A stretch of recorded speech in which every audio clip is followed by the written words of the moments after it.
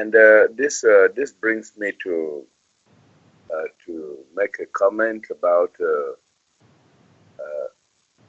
about what you just said about the religious favor that is sweeping through Africa. Yeah, you find many people actually begging God, crying to God, rolling on the ground. At times, they even try to ridicule the God. Are you not ashamed that I am in this kind of situation and you cannot bail me out?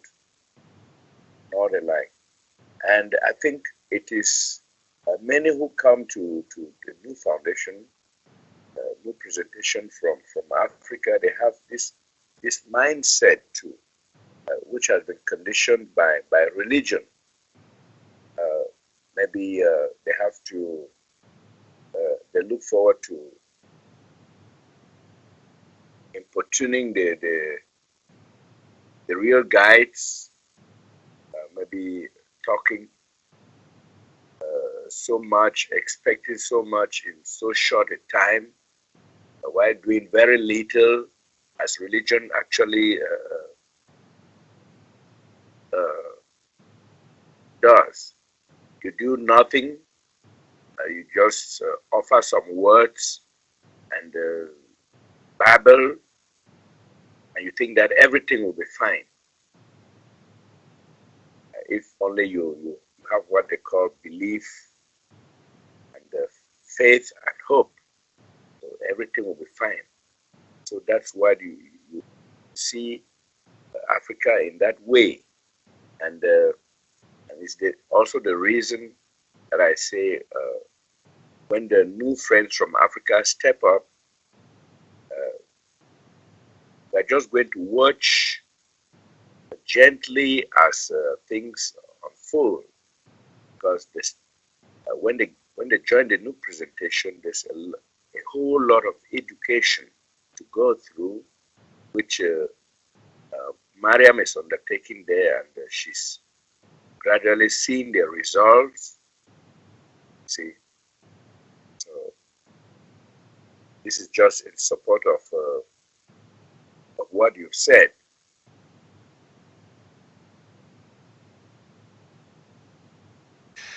Yes, I just wrote it here. It's very simple, and people have to learn, first of all, to pivot off themselves. They start from square one. No one is going to make your decisions for you. The masses have been taught to think that there are gods making their decisions, who created them and controlling their life. People have been taught this for lifetimes. It's in the subconscious, and even when they're consciously not agreeing with it, they're still unconsciously agreeing to it. And all the little innuendos, all the little marketing ploys that come along out there, they're constantly bombarding the atmosphere, okay? What we see above us is not a sky. The real skies are in the real universes. Here we are in an atmospheric bubble. That's it. And through this atmosphere are all these thought forms and ideas floating around. And basically it's mostly marketing ploy. That's all it is. Sound good ideas, and that's it. And again, people have been taught to beg and pray. The reason being is that when they bow and kneel to the king and queen and to the pope, they're tap lined. That's the whole idea. And also the old idea is bend over, we cut off your head. See, so again, it all implies, doesn't it? And these are the ideas that people have to recognize so that they can succeed. And that is that each person makes their own decisions. No one is doing it. So who are they begging to? They're begging to the atmosphere. There are no gods in space or the clouds. It is a decision they make. So I would suggest, no matter where you are and where you start from, and get some friends together or go talk or do something, just do something, that makes sense with the environment you're in. Because the environment that each one of us is in, we have chosen it. Nobody chose it for us. And this is the biggest lesson to learn in life, and that is you are the decider. This is what they have to come to know and stop begging even us, even the real guides for experiences. Learn to step up and be real and earn your way. Prove yourself, earn your experiences, and then they will show up. Step up and do something. That's what the new presentation is all about. Step up and do something real, and then you'll have the experiences. It's not just wanting the experiences. The experience is something, but I've seen people that have had many experiences. You don't think Darwin and Harry and Joni and all them have had experiences on the real side, even into the real universes? Yes, they have. But they don't recognize them because their personal life is too important to them. They don't take the time to recognize it and demonstrate it. That's the difference, because they're too afraid to do so. But again, their personal life is more important. Their personal little tiny life of growing old, chasing money or whatever their idea is just more important than the whole of life and what it is. And it is a huge journey, I'll admit it. I've come through a lot to bring this out here for everybody. But this is why I came in here, to do this. And so everything I write exemplifies it, I demonstrate it, and I do it. And I do a lot of things behind the scenes that most people don't even know what I'm doing. And so, again, need to recognize what people have been brought up through that is holding them back. And once they see it, they can let go. But they are the decider, and they must decide to see it, or they don't, because no one's going to decide it for them. No experience from Rebazar the boys is going to make them see it. They must learn to see it for themselves. Just like in a classroom, each individual decides, what class they want to take, what they want to listen to, and if they decide to do their homework or not, to learn more, whatever. And there are some kids that, they will, they will do extra assignments because they want extra credit, because they want to excel for themselves. There are people like this. But then again, it gets a little overboard where it's too much the personal self. So again, it's learning to see all of it. And it is a huge challenge. I get that. That's why, we present, Ava and I, and those that we stand real with, we're doing everything we can in so many different ways, and we're wonderful. Look at the images we create. Look at the knowledge that is brought out. But again, go back to square one. You let people know. You don't need to figure things out for them in any way. That's not the idea. But they are the decider, and as soon as a person says, well, I want to do this or that, I just say, okay, that's it. I have a lot to do. I have a lot of wonderful things to present. I'm not concerned about what a person decides. If they want to go to a religion, if they want to, join the service and go take over countries with the world controllers, fine, go do it, have fun. For me, I'm up for the challenge. Doesn't matter. I don't care what the world does, because, again, I don't want the drudgery of trying to control it. I really don't. And so life is already pure. Okay, all you have to do is focus on that and learn to recognize and perceive that to where it's an entire reality in your being, and you move with that, you might say, in creation, because we do have movement. And so that's all I see. And then from there, I pull everything out, and I see what's going on, and I implement it here and there and whatever. And it works because the all aliveness is with it, to where all these sound good things out there, they're just dying off, and they're all tap lined, etc., because people haven't made the effort to realize that they are the decider And so it's more of a gimmick thing with a business, etc. All these things, all these religions, spiritual paths have all turned into that. They're all businesses. That's it. And they're all tap line. It's a choice they make. So we're here, and most of them negate us. That's their choice too. I'm not concerned. But little by little, people will see us. They will see that there is no other way. So the idea would be, yes, Charles, get people busy, and that that's what it's about, creating an activity, which we've said so many times. Step up, and that is you are the decider. So okay, if you're poor and without a job, whatever, all right, get 20 of your buddies together that are poor and without a job, and create something like a moving company. Do something. Okay, do something. Go pick up the trash. Create your own pickup trash department. Whatever, you can do whatever. Again, I saw this documentary many years ago about these women that had hardly nothing, and the men over there did. Their husbands hardly did nothing, but they had a few dollars, and they all got together, thousands of them, created a bank, and then they loaned the money to each other to start their own business, and they became very successful. Step at a time, they did it because they decided to do it.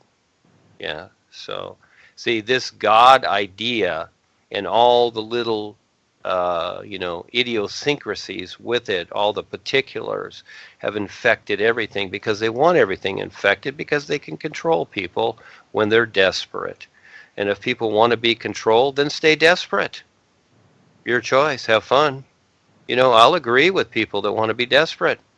I don't try and disagree with them. It's like, okay, have fun. If that's what you want, you've decided it. It's you are the decider. It's very important. So go ahead. Go ahead, Charles. Thank you. Let me share another experience. I was discussing with Mariam, and she talked about some strange dreams she was having that were giving her some issues.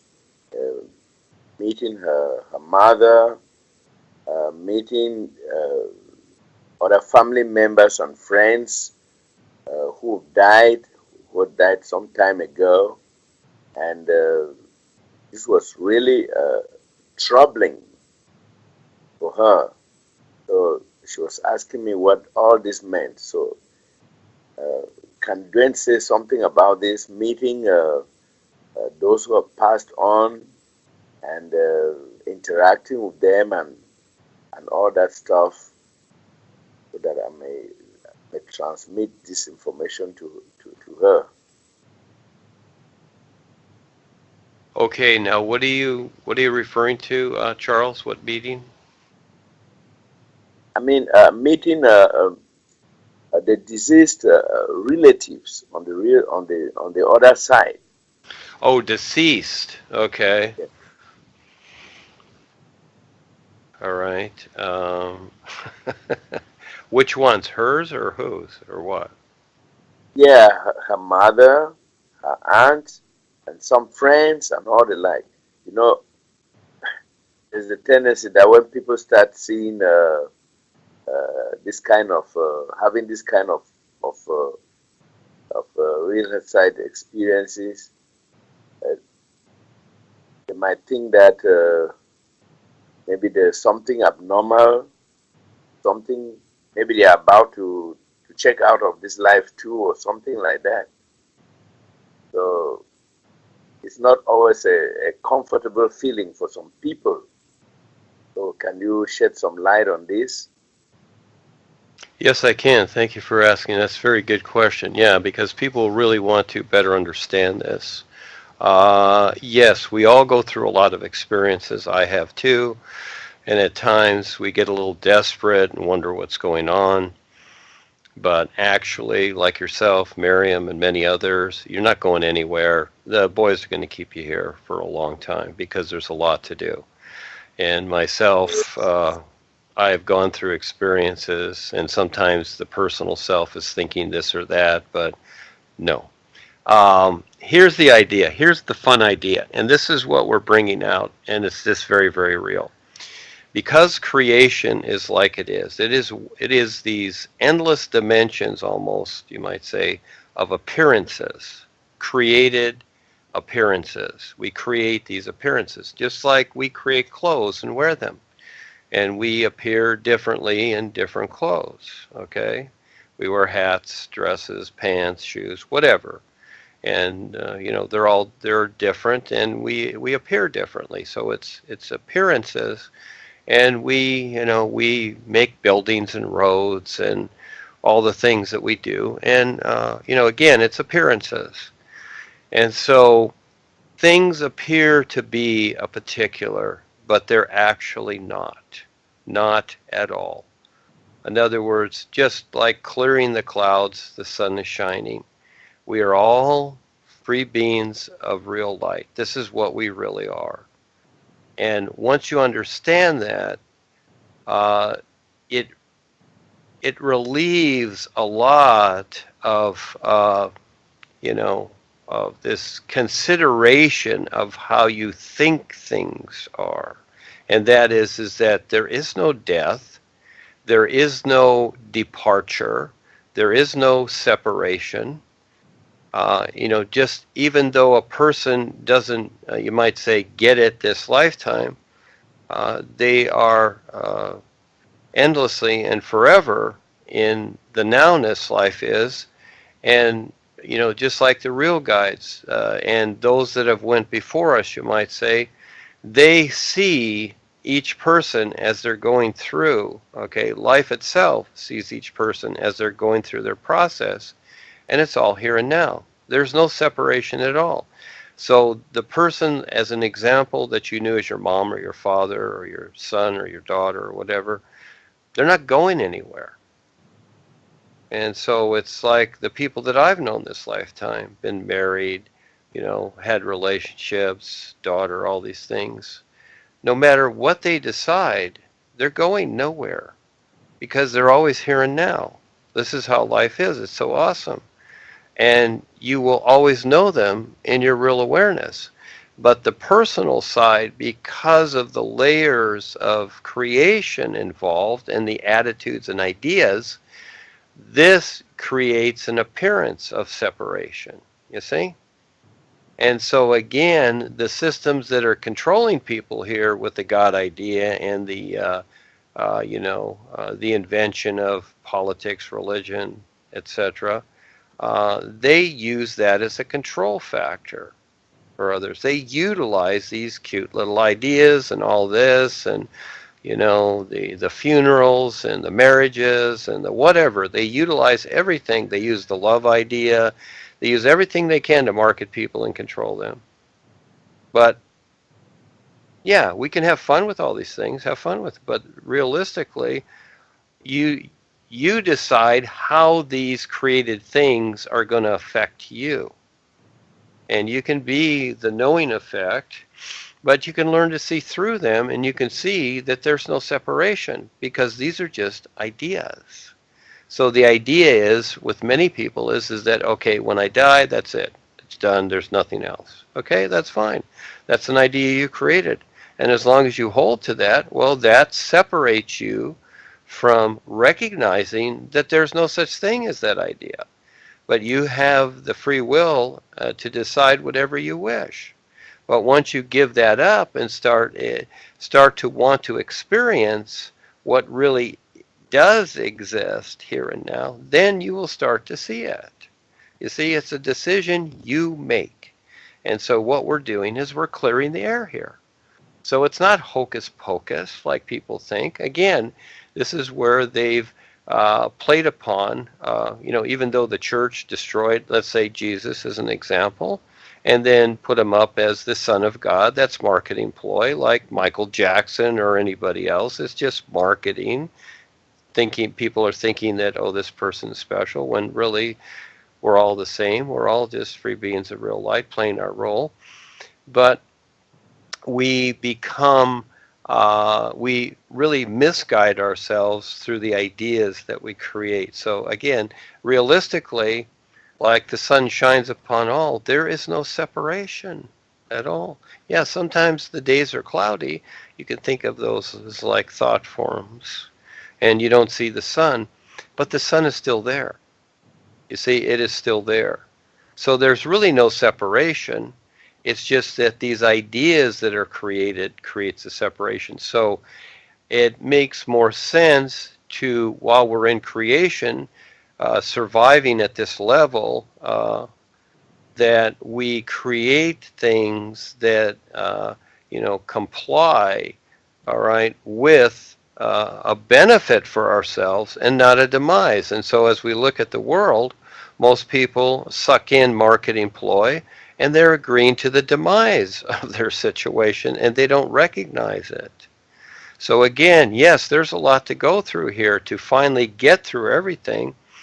And so, even what Paul created or whatever, others before him. And, you go back to Rumi and just all these people, Pythagoras and whatever, these were the baby stages for people. And, at a certain point, they became restrictions. And so when people pass around old philosophy and whatever, it's fun to do it, but I like to use humor instead of old philosophy, because again, those are things in that time, and they really create barriers and restrictions. They're not what people think. So when Harry's up there on stage giving his speeches, it's his old philosophy is what he's doing, and it implies taplining because it's not working, because life does not back him. So, yes, there is no separation of anything. And these ideas and feelings that Miriam is experiencing are simply reactions within her inner bodies. In other words, she's facing herself and all these unconscious things that she's held on to. You see? So it's kind of like in your house where you sweep the dirt under the rug. Well, after a while, you got a heck of a pile there that you're tripping over, and you got to face it at some time and just get rid of it. And so that's all. Just learn to face yourself. And you know what? Then you can clean out everything. And the boys will stand real with you, and they will protect you.